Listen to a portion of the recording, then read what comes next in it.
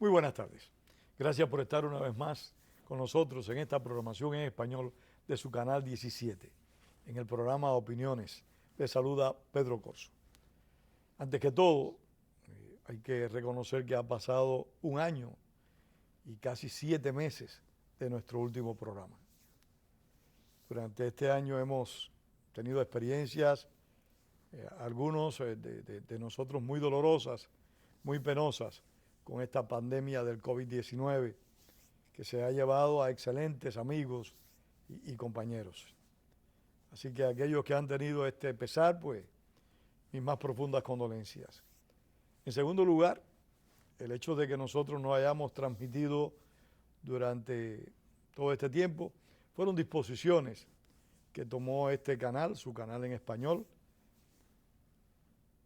para cumplimentar una serie de medidas que entendieron pertinente llevar a cabo. El retorno ha sido lamentable porque algunos de los conductores históricos de los programas de WLRN se han retirado.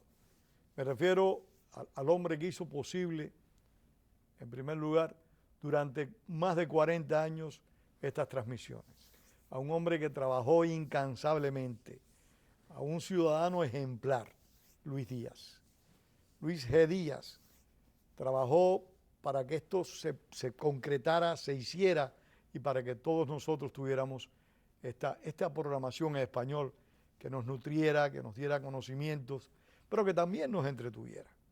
Así que quiero, a través de este canal, enviarle a Luis G. Díaz un fuerte abrazo y mi más profunda gratitud por haberme dado la oportunidad de haber trabajado con él y de trabajar en esta trinchera de nuestro idioma, de nuestra lengua española.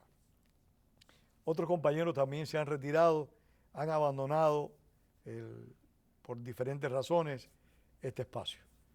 Carlos Cabezas, otro gran amigo, el Vilma Petrache, y por supuesto la persona que durante muchos años estuvo haciendo Cuba y su historia, José Antonio Albertini, alguien muy entrañable, muy querido por mí, con el que he compartido una gran parte de mi vida en este proceso de la democratización de Cuba. A todos ellos, por igual, un fuerte abrazo y el deseo más profundo de que lo que vayan a empezar lo puedan terminar a la medida de sus deseos. Y gracias una vez más a esta programación en español por tener la oportunidad de llegar a ustedes, a este esfuerzo donde Al Chicoy y su tropa se destacan para que todos ustedes puedan tener programas amenos e instructivos. Gracias. Ya vamos al tema del programa de hoy. Les reitero mi agradecimiento y también al capitán Luis Arroye, otro gran amigo al que hemos conocido a profundidad durante estos meses, con el que hemos compartido ampliamente, que ha creado un centro, un instituto de estudios geoestratégicos, se llama así, Instituto de Estudios Geoestratégicos Norte-Sur. Ha creado este instituto que es muy interesante, del cual vamos a hablar en el futuro, porque hoy no vamos a tener tiempo, lamentablemente, porque lo hemos invertido en los saludos necesarios y pertinentes, porque como decía el apóstol José Martí, y siempre es la recurrencia de cualquier cubano digno, honrar honra. Y cuando recordamos a Luis G. Díaz, pues estamos honrándonos nosotros porque honramos a un hombre que trabajó con denuedo y con esfuerzo para que tuviéramos esta programación. Así que, capitán, disculpe usted esta introducción tan extensa y un poco caótica, pero son mis sentimientos y tenía que profesarlos. Y cuando son sentimientos, pues entonces es algo necesario. Hay que hacerlo, hay que hacerlo. Hay que hacerlo. Vamos a caer en el tema que nos ocupa hoy. Capitán, hace unas semanas atrás, Estados Unidos se retiró de Afganistán. Tomó la decisión de sus tropas sacarlas de allí. Muchos piensan que era una decisión inevitable. ¿Por qué? Porque es históricamente, tengo entendido, la guerra más larga en la que ha participado Estados Unidos, o el conflicto, no sé cuál es la denominación que se le aplica. Es el conflicto bélico más largo en el cual Estados Unidos ha estado involucrado, más de 20 años, cerca de 20 años. Algunos dicen que la retirada, repito, era inevitable. ¿Usted lo considera así como militar? Mira, esa sonrisa es así como que está totalmente y rotundamente equivocado. No, porque utilizaste dos términos, ¿ok? Primero dijiste retirada y después dijiste, te referiste al movimiento de tropas. ¿Ok? Sí. Lo que pasó en Afganistán no es una retirada. Para mí fue una huida, capitán, se lo digo sinceramente. No. Fue lo que nosotros llamamos un redespliegue de tropas. ¿Okay? En inglés sería un redeployment of troops. ¿Okay? Lo que pasó en Afganistán fue una decisión que fue tomada por la parte ejecutiva y básicamente se trajeron las tropas de regreso a casa. ¿Okay? Ahí no hubo una batalla que pudiéramos decir, wow, esta fue la batalla clave que derrotó al ejército de los Estados Unidos, por tanto tuvieron que salir de Afganistán. Eso no pasó. ¿Okay? No hubo ningún enfrentamiento entre el Talibán y las tropas de los Estados Unidos. El Talibán ganó terreno mientras los Estados Unidos se estaba redesplegando hacia los Estados Unidos, valga la redundancia. Pero no hubo una batalla, ¿okay? Por tanto no es una retirada. La retirada se usa cuando hay una batalla y hay un ejército que le gana al otro. ¿Me entiendes? Puede ser una retirada táctica, puede ser una retirada de derrota, pero eso no es lo que pasó en Afganistán. Esta fue una decisión política también. Esto fue una decisión política. ¿Okay? Fue una decisión militar, ¿okay? Por supuesto. Pero no hubo una batalla de derrota. Sí, lo que estaba pasando en los alrededores del aeropuerto no eran ataques específicos contra las fuerzas militares estadounidenses. No pasó ni en Kandahar, no pasó ni en Helmand, no pasó en Bagram, no pasó en Kabul, no pasó en Sharif, en Mazar-i-Sharif, no pasó en ninguna parte de Afganistán. ¿Okay? Fue simplemente los Estados Unidos tomó una decisión de traer las tropas de regreso a casa y el Talibán se aprovechó de la falta de combate, para ponerlo de... La ausencia, el vacío. Ese vacío que dejó los Estados Unidos y se apoderó del terreno. ¿Okay? Lo que sí se ha demostrado, capitán, y estoy hablando con alfileres, Sí. lo que sí se demostró evidentemente es que las Fuerzas Armadas afganas dejan mucho que desear. Son tan malas como las que en su momento en Vietnam nosotros ayudamos. ¿O estoy equivocado también? Sí y no. Por supuesto que aquí hay mucha tela por donde cortar. Ahora, basado en mi experiencia en Afganistán, 2 años que estuve ahí, ¿okay? En 2010, 2011, 2013, 2014. ¿Okay? Las tropas norteamericanas, nosotros le proveíamos la inteligencia a las tropas afganas. ¿Okay? Las tropas afganas salían a hacer sus operaciones, pero era con la autorización nuestra. ¿Okay? Por ejemplo, la Brigada 215 en Helmand, que yo la entrené, ¿okay? En el año 2013 al 2014. Menos mal que no hablé mal de los entrenadores militares americanos. No, porque entonces me hubiera tenido que defender. No fue culpa mía. Pero esa brigada, ¿okay? Que yo la entrené en acciones de antiterrorismo y acciones antinarcóticos, no salían a hacer ninguna de esas operaciones Sin ustedes. si yo no decía que sí. Ya. ¿Okay? Entonces nosotros le damos el apoyo aéreo, le damos la inteligencia, le damos la logística. O sea, todo, cuando estamos hablando de logística, estamos hablando de combustible, el armamento, las municiones. Y de pronto, ¿qué es lo que pasó? Se ven solas. Se ven solas y sin nada de eso. ¿Okay? y se ven Ven acá aisladas. y las fuerzas militares estadounidenses no consideraron esa... No lo consideraron. Por ejemplo, está lo que pasó en Bagram. En Bagram, las tropas se fueron hacia Kabul. Las tropas norteamericanas se fueron hacia Kabul y nosotros no le dijimos a las tropas afganas de que nos íbamos. ¿Ok? Al otro día salimos. Llegaron las tropas afganas y se encontraron que no había nadie. Salimos por la noche. ¿Ok? De Bagram a Kabul. No le dijimos a nadie de que nosotros nos íbamos. Y al otro día por la mañana, pues entonces las tropas afganas están como, ¿y dónde están los norteamericanos? ¿Qué pasó? Ah, no, nosotros estamos en Kabul. Y esa negligencia nadie la paga. Porque La esa no es paga- política, no quiero la- hablar mal de los militares. La paga el pueblo norteamericano. ¿Ok? Los militares no la pagan. Esa negligencia de ese oficial que tomó esa decisión de no informar. No, porque esa decisión se tomó en el Pentágono.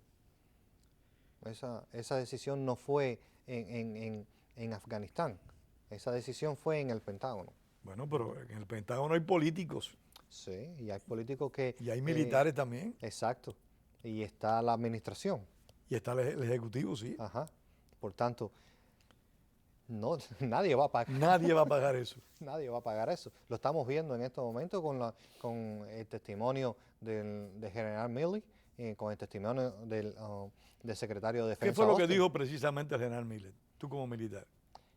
Lo mismo que he estado yo diciendo en los últimos 6 meses, que salir de Afganistán era un error, que dejara 2.500 tropas. ¿Ok? El general Miller no era partidario de salir de Afganistán. No, ni lo fueron las 18 agencias de inteligencia de los Estados Unidos. ¿Ok? Que le dijeron a esta administración, Pero no esto salga. parece que era una decisión bipartidista porque ya el presidente Trump venía con esto también, ¿no? El presidente Trump tenía un acuerdo con el Talibán, pero un acuerdo que estaba basado en condiciones. ¿Ok? Y básicamente lo que se estaba era diciendo de que tenía que ser parte de un gobierno democrático de Afganistán, no que tomara El todo el poder, país. como, bueno, pero también, Oh. también el presidente se echó un patín, como decimos coloquialmente los cubanos. Se fue enseguida. Pero se fue demasiado rápido. No escuchó a las agencias de inteligencia. No escuchó nada. No escuchó nada. Se hizo sordo. El miedo lo ganó. Entonces, lo que creó fue un caos completamente, bueno, lo que hemos visto por la televisión, donde los afganos estaban aguantando del fuselaje de los aviones para señor. salir, ¿ok? Algo que daba pena. Cayendo del cielo. ¿Ok? Entonces, eso es algo bastante doloroso, Pedro, porque yo estuve ahí 2 años, pero el tiempo que yo gasté preparándome, entendiendo esa cultura, durmiendo entre ellos, comiendo con ellos, compartiendo sus sueños de un futuro mejor, ese futuro ya no existe. ¿Ok? Ese futuro no existe. Las niñas que yo llevé a la escuela por primera vez, ¿ok? Para que se sentaran en un pupitre, para que aprendieran a leer y a Una escribir. experiencia increíble esa. Ajá. Pero esas niñas hoy están... No pueden ir a la escuela. No pueden ir a la escuela y solamente saber leer y escribir, esas las ponen en peligro de que le corten la cabeza, literalmente. ¿Ok? Literalmente, que le corten la cabeza, la ponen ahí de rodillas y viene uno con un sable y la hace... ¡chuc! Entonces los militares aconsejaron que no se retirara todo el mundo de Afganistán. Los militares aconsejaron que no se retiraran. 18 agencias de inteligencia, que es la comunidad de inteligencia de los Estados Unidos, dijo que no se retiraran. El Pentágono estaba envuelto Que en eso dejaran también. una fuerza allí. 2.500 tropas.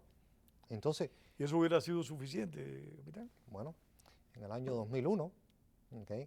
Cuando empieza de verdad el enfrentamiento armado contra el Talibán en Afganistán, fueron 2.500 tropas. ¿Ok? Fueron 2.500 tropas de tropas especiales, de los Rangers, de los Recons, Pero era la élite también. era la élite, pero fueron 2.500 tropas. ¿Ok? Y en estos momentos, eso era lo que se estaba tratando de dejar, 2.500 tropas. Pudiera subir un poquito más, 3.500, quizás 5.000, dependiendo de lo que estuviera pasando, pero 2.500 tropas. Eso es nada. Y el gobierno decidió retirarlo todo.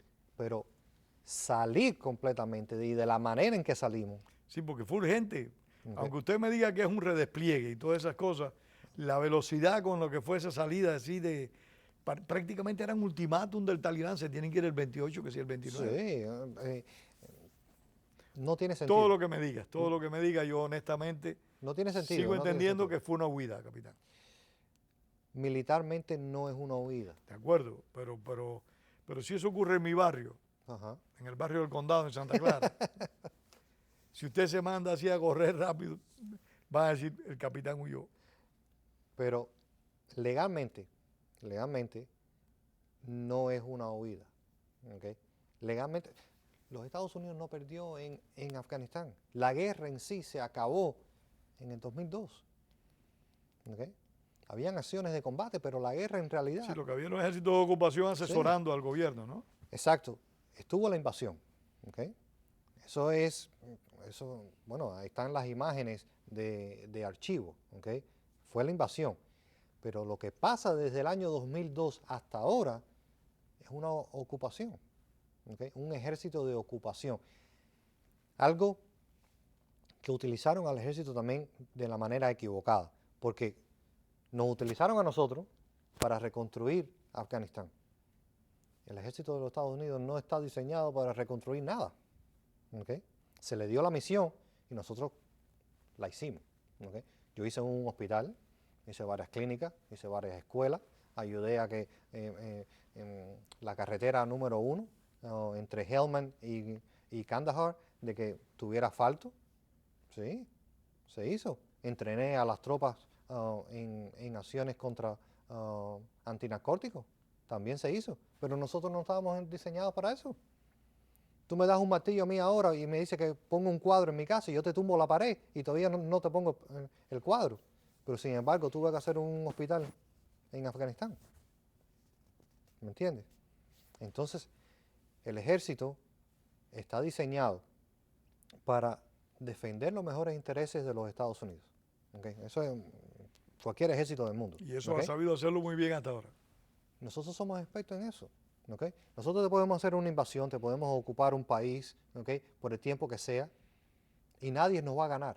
No hay otro país en este mundo que pueda hacerle frente al ejército de los Estados Unidos. Tienes esa convicción, ¿Okay? estás convencido de eso. Vaya, eso... pudiera dudar de que el sol va a salir por el este mañana por la mañana, antes de dudar de que el ejército de los Estados Unidos perdiera una guerra No hay quien pueda con eso. convencional contra cualquier otro país del mundo. ¿Okay? Pero lo que no estamos diseñados para hacer es reconstruir a nada. ¿Okay? No. Sí, nosotros podemos construir un puente, algo temporal, ¿okay? Para que nuestros tanques pasen de un lado al otro por encima de un río. ¿Okay? Y ya, eso se acabó. ¿Okay? Pero ahora, de que tú me digas a mí de que hay que reconstruir este puente y hacer el otro, no. Para eso hay organizaciones civiles y no se utilizaron. Entonces, Ese fue el error más grande que pasó en Afganistán. Militarmente hablando, Estados Unidos no fue derrotado en Afganistán. No. Rusia sí fue derrotada en Afganistán. Rusia sí, con el apoyo nuestro al talibán. Al talibán.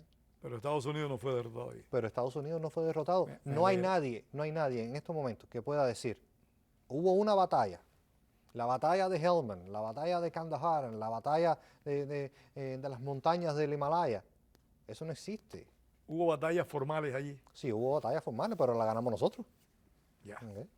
Sí, hubieron muchísimas batallas, especialmente tratando de capturar a los líderes del Talibán, a Osama Bin Laden, que eventualmente lo capturamos en Pakistán. Pero esas batallas las ganamos nosotros. ¿Okay? Pero no existe una batalla donde nadie pudiera decir, producto de esta batalla, la batalla de lo que sea, eso fue lo que hizo que los Estados Unidos se fuera de Afganistán. No, fue una decisión política, una decisión ejecutiva. Vamos a dejar la política a un lado. Una decisión ejecutiva. Ahora, capitán, estas situaciones que de por sí son muy complejas, a mí me llama la atención como aficionado a la historia, la habilidad con la que los ejecutivos estadounidenses se enredan con aliados corruptos. O sea, porque la guerra de Vietnam fue un apoyo a las familias que gobernaban y se apreció históricamente que eran corruptos todos. No sé cuál sería en este caso el superlativo de corruptos. Y lo que se aprecia en los gobiernos afganos deja todavía mucho más que desear que lo de Vietnam. Cuéntate que en la guerra de Vietnam pasó algo muy interesante, y es que de pronto el helicóptero, ¿ok?, empieza... Fue la guerra del helicóptero. Fue la guerra del helicóptero, ¿ok? Toma una función completamente diferente a los helicópteros que existían en la guerra de Corea o los que pudieron existir durante la Segunda Guerra Mundial. Muy pocos, por cierto. Muy pocos, nada. Prácticamente experimentales. Experimentales, claro, pero eso no pasó en la guerra de Vietnam. Y de pronto la maquinaria armamentista, la industria de defensa de los Estados Unidos dijo, wow, espérate, yo puedo vender helicópteros. Aquí está el bizcocho. Ajá. Y entonces empezaron. Ahí donde vienen los Cobra. Qué claro estaba Eisenhower cuando dijo el peligro de la industria militar. Eisenhower entendía perfectamente la naturaleza del Pentágono. ¿Okay? Bueno, él salió de allí, ¿no? Él fue jefe del Pentágono. ¿Okay? Él sabía lo que estaba pasando. Por eso cuando se hace presidente, él decía, los muchachos del Pentágono. ¿Okay? Y entonces cuando le enviaban esos presupuestos inflados, él lo viraba para atrás y le decía, no, esto no. Porque él sabía lo que estaba pasando. Sí. ¿Okay? Pero en estos momentos, el presupuesto del Pentágono nunca baja. No, siempre sube. ¿No? Pero volviendo al tema de los helicópteros, ¿qué tiene que ver los helicópteros con la corrupción? Bueno, porque empieza a ser compañías privadas, ¿okay?, que empiezan por ejemplo, la Bell Company, ¿no? fue una compañía que hacía mucho helicópteros. Sí. Sikorsky es la que hace en estos momentos el Black Hawk, ¿okay? Y también tiene un contrato multibillonario con los Marines en un helicóptero nuevo, ¿okay?, que se lo acaban de entregar hace unos días, ¿okay? Pero es lo que pasa en Vietnam. Empiezan estas compañías privadas a producir en masa el M16, el fusil, ¿okay?, que no servía. En la guerra de la jungla no servía. Después lo arreglaron. El M16. Después lo arreglaron, pero se atascaba el M16. En el medio de la guerra se atasca el fusil. ¿El M4 tiene ese problema también? No, el M4 es más... A mí me encanta el M4. Me encanta el M4 y me encanta la 9 milímetros, la Beretta también, me encanta. O sea, nunca me falló. Pero en Vietnam, de pronto, vamos a vender helicópteros y vamos a vender armamento que va en el helicóptero. ¿Y sabes qué? Le vamos a poner misiles a los helicópteros y el precio sigue subiendo. ¿Okay? Y entonces la guerra de Vietnam nunca fue... Estoy diciendo guerra y estoy diciendo algo que es incorrecto. El conflicto es conflicto de Vietnam. Se nos acaba el tiempo. Nunca fue guerra. Pero la familia vietnamitas se hicieron millonarias. El gobierno. De Vietnam del Sur, si todos eran corruptos. Y esto mismo ha pasado en Afganistán. También. Porque las cosas que dicen de los Karzai son muchas cosas. Me acuerdo que esto es increíble, ¿ok? Yo fui a pagarle a la brigada 2.500 soldados, ¿ok? Había que pagarle, ¿ok? Pues yo fui a pagarle. Y lo que se hacía era que se le daba el dinero al comandante ya tú sabes por dónde yo vengo. Ya me imagino por dónde vienes. Pues bien, yo le di el dinero, eran millones de dólares, ¿okay?, al comandante de la brigada 215. ¿Okay? No voy a decir nombre porque esa persona está viva todavía. Y ese señor, ¿okay?, se montó en un avión en el aeropuerto de Helmand, de Leatherneck, y se fue para Qatar con el dinero. ¿Okay? No le pagó a la tropa. No le pagó a los soldados afganos. Se lo llevó para Qatar. Era Estados Unidos quien le pagaba al ejército afgano. Sí. Regresó como unos 10 días más tarde y nosotros... Sin dinero. Claro, se lo había llevado. ¿ok? Nosotros, ven acá, ¿y el dinero? ¿Qué pasó? Bueno, no, yo voy a hablar con el jefe mío y aquello, ¿no sabes? Ustedes no tenían autoridad para tomar medidas con él. No era no estaba en los mejores intereses en esos momentos Sí, de los Estados Unidos de ponerlo a él cada en la vez que tú cárcel. ves esas cosas que te dicen los mejores intereses, tenemos que ser corruptos, pues. Entonces, ese hombre se llevó el pago de todos sus soldados afganos, Qué horrible. 2.500 hombres. de 2.500 hombres, se lo llevó para Qatar. Cambiando de tema, y siempre que conversamos surgen nuevos temas. Es cierto que se abandonaron muchas armas en Afganistán. Sí, ¿Y por qué si no es retirada? porque cuesta más a los Estados Unidos traer todas esas armas para aquí, que no la vamos a usar. No se van a usar. No, no, Pero se destruyeron antes de... algunas de ellas. Otras se dejaron así. Siempre pasa así. Siempre pasa así, siempre pasa así. Pasó en la guerra del Golfo, donde se hacían huecos enormes y se enterraban tanques. ¿Ok? En esos huecos. Con lo que vale un tanque. Con lo que vale un tanque, se enterraba el tanque y ya está. Porque costaba más traerlo de vuelta a los Estados Unidos, donde no se va a utilizar otra vez, que dejarlo donde está. Es lo que está pasando en estos momentos en Afganistán, que muchas personas dicen, bueno, fueron 80.000 millones de dólares. Bueno, sí, pero eso fue en 20 años. Y tienen un helicóptero, por ejemplo, un Black Hawk, que nosotros se lo dimos, que no tiene ninguna tecnología, no tiene ningún misil ni nada por el estilo, es solamente un helicóptero, y los vemos cómo andan en ese helicóptero por todo el aeropuerto de Kabul, pero no saben volarlo. Entonces lo están usando como una patineta, pero no saben volar un Black Hawk. ¿Okay? Ese helicóptero en un año ya no tiene piezas de repuesto. No, teniendo la experiencia de Cuba y de nada. Venezuela, en 6 meses ya... No. Entonces, cualquier otro vehículo que nosotros hayamos podido dejar atrás, simplemente es un pisapapel enorme.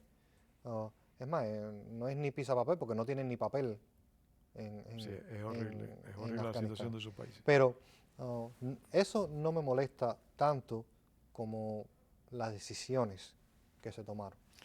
Capitán, la puerta sigue abierta. Muchísimas gracias por haber estado en el programa. Muchísimas gracias a ti, Pedro.